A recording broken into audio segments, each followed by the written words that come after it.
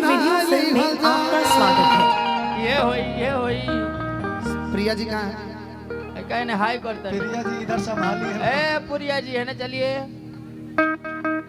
तो चलो दादा मनाई हो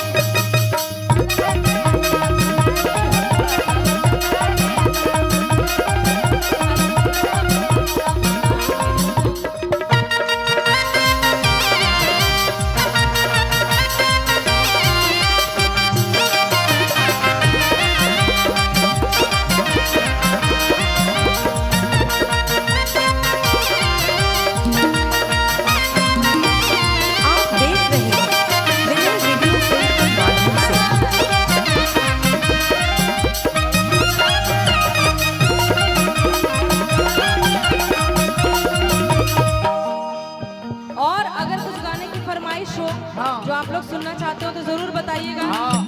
पूरी कोशिश रही कि आप सबकी हर फरमाइशों को पूरा किया जाए और साथ ही साथ YouTube से हमारे जितने भी बड़े भाई लोग आए हैं सबको बार बार प्रणाम। बस टाइटल अच्छा लिखना, गलत गलत टाइटल मत लिखना। तुम लोग का टाइटल से परेशान रहते हैं। वो फरमाइश पीछे से आवता का अनूप जलोटा के भक्ति गाना गा। अच्छा अच्छा, बहुत बढ़िया, बहुत सुंदर। उन्हीं के साथ हुआ। हेलो हेलो तब मजा आएगा। सी कीजिए, सी डी जो करना है सब कर लीजिए। सी कीजिए तो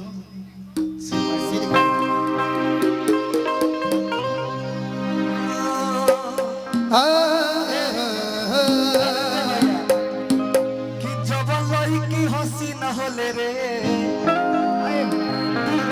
के मस्ती न होले रे। एक अधिक धनंजय भैया देख लीजिए, ही ना अच्छा नहीं लग रहा है। तुम भाई हो ना? अच्छा, भौजाई के साथ रहो। ऐसा सुंदर भौजाई कहाँ मिली। लेकिन भाई हो कि जब लड़की हंसी न होले रे, हंसी न होले रे, का फेरा में मत पड़ी हो, आकाश वाला ही नागी न होली रे। विजय भैया कि जब लड़की हंसी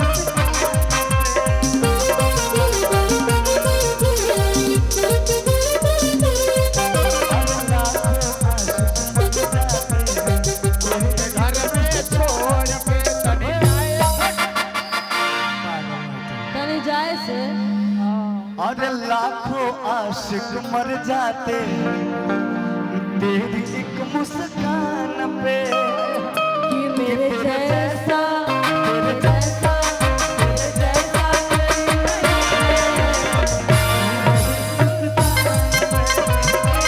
कोई नहीं है।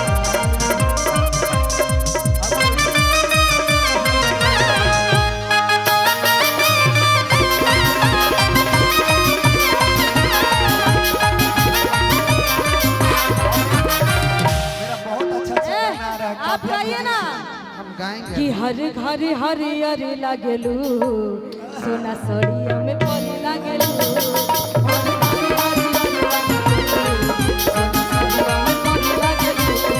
तोहरा सोनवा के जोड़ा नहीं के बड़े वाला मरी करी लागेलू तारा दुनिया के जोड़ा नहीं के बड़े वाला मरी करी लागेलू। इधर आ जाओ। एहने आवा तारों पे चांस मारी है। ए भैया लेकिन एगो बात कहो मारी के मेकअप करेली सा और से टपन हो आ एक महीना में चाही बड़े कपन हो। सिकेटी म्यूजिक से मेरा गाना आया था। आदरणीय धर्मेंद्र भट्ट जी कहाँ है? उन्हीं का लिखा हुआ गाना मंच पे आइए कि मारी के मेकअप करेली सा आज से टपन हो आई के महीना में चाही बड़े कपन हो।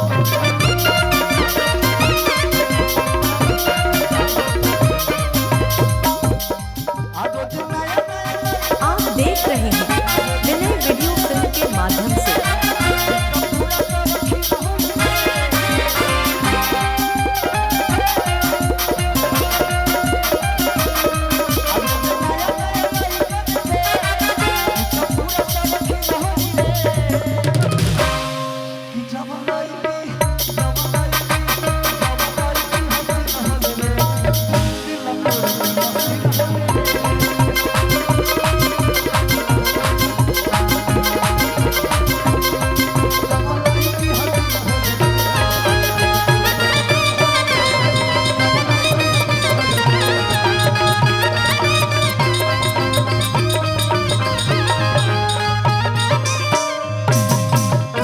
भैया रुक जाइए पहले एक मिनट पहले भी अपना साउंड एक बार सेटअप कर लीजिए निहाल भाई। हाँ हाँ भैया ये